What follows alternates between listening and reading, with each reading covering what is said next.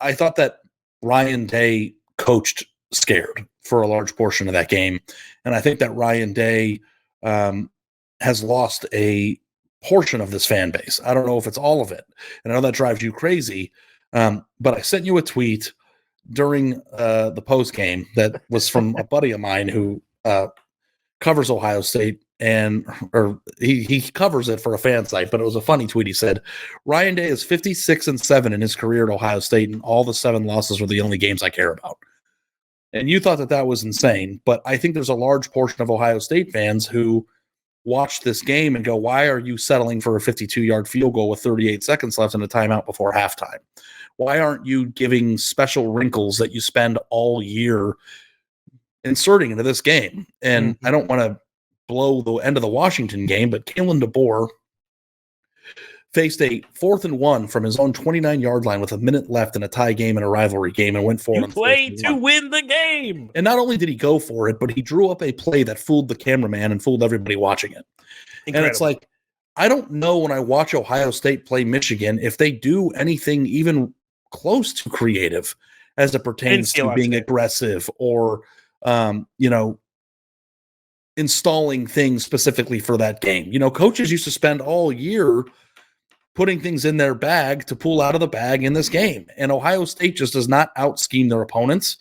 And Ryan Day gets nervous, and he makes conservative calls for a coach that has basically built his entire career, at least getting into the job, as being aggressive and going forward on 4th down and drawing up critical plays that change games, into this guy that considers what Michigan might do if they don't get a 1st down on 4th and 4 before halftime with 38 seconds left.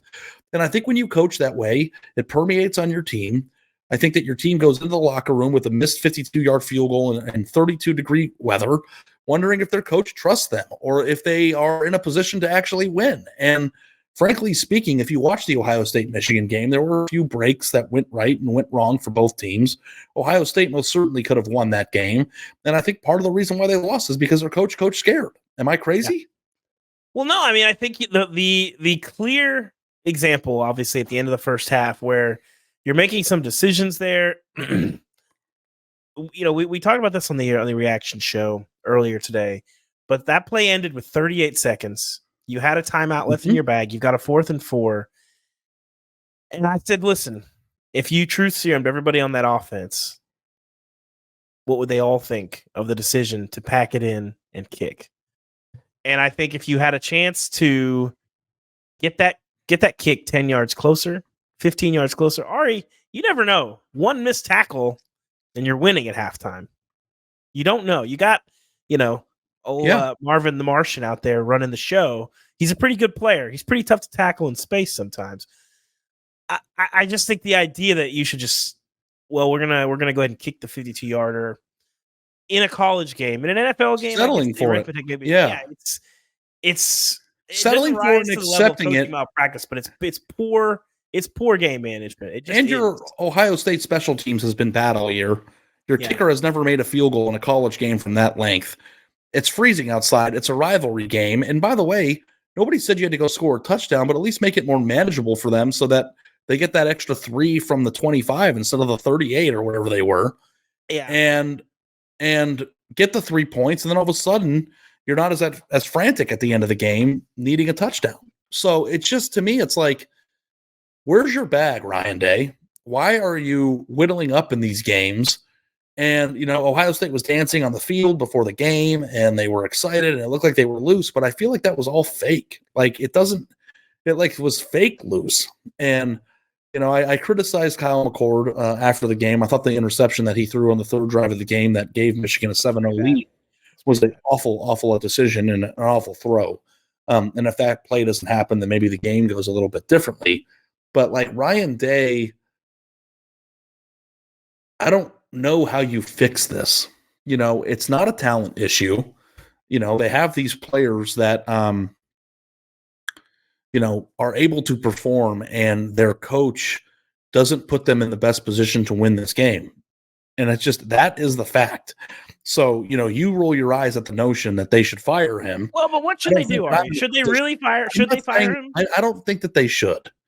Okay. But the problem is their coach has a Michigan problem. And if he is going to be tight and it's going to continually end up like this, how do you fix that, and when do you make a move? Like, that's the thing. I got two things here, Ari. One, I'm going to go get my broken record over elsewhere in my office, and I'm going to remind you that they were a field goal away from winning a national championship. Nobody cares, Dave. I know that, but no one cares. I'm going here. Hang on. I'm going to remind you that that's on the shelf, right? And I'm also going to say you can't fix the fact that Harbaugh bested you. You can't. That's done. But doesn't your Michigan problem sort of go away next year when this team is depleted and probably doesn't have Jim Harbaugh? Well, when you have a Michigan problem, you lose to inferior teams. Like John Cooper had better teams than them all the time. He had a Michigan problem, and their seasons got blown away by average. But Michigan's been better than Ohio State this year, Ari. Michigan's been better than Ohio State this year. He didn't lose to an inferior team today. He probably lost to a better. No, I'm saying when you have a Michigan problem, you can't say in 365 but that's my days. Point. I don't think you can't say. I think okay, yeah. I mean, that's we're better, and I think that my point about the national championship is that I get it. I'm not saying Ohio State fans have to accept this, but my point is, I get the frustration. I'm not saying you have to accept it, but I don't buy the idea that Day can't beat Michigan and can't win a national championship here, and he's not the guy. And also, if you do want to make a move on Ryan Day, I'm very curious what direction you go. That's not to say Ohio State is not one of the best jobs in the country and wouldn't have a lot of capable, attractive candidates, but there's not really like a home run guy out there that makes a ton of sense that you could definitely pry away. I also think too that you are forgetting the notion too that Ohio State has a lot of built-in advantages to being who it is, where, you don't have to go get somebody who is from Ohio or went to Ohio State. Yeah. You're going to win 50. You're going to go 56-7 with just about anybody, I think. And you might kind of pull back a little bit in recruiting. I mean, listen, man, with that talent advantage, I think you would. I don't know what games you think they're out of. What games are they going to start losing that they haven't been losing already? Well, I don't know if they're going to start losing to Maryland. Ari, I don't know if you're aware of this or not, but Oregon and Washington and USC and UCLA are about to crash the league. That changes your schedule. You don't get to go beat up on Minnesota and Iowa every week anymore. There's some actual teams. But Ryan Day actually hasn't shown an ability to win those games yet. I mean, that's fair. He's lost to Oregon the last time they played.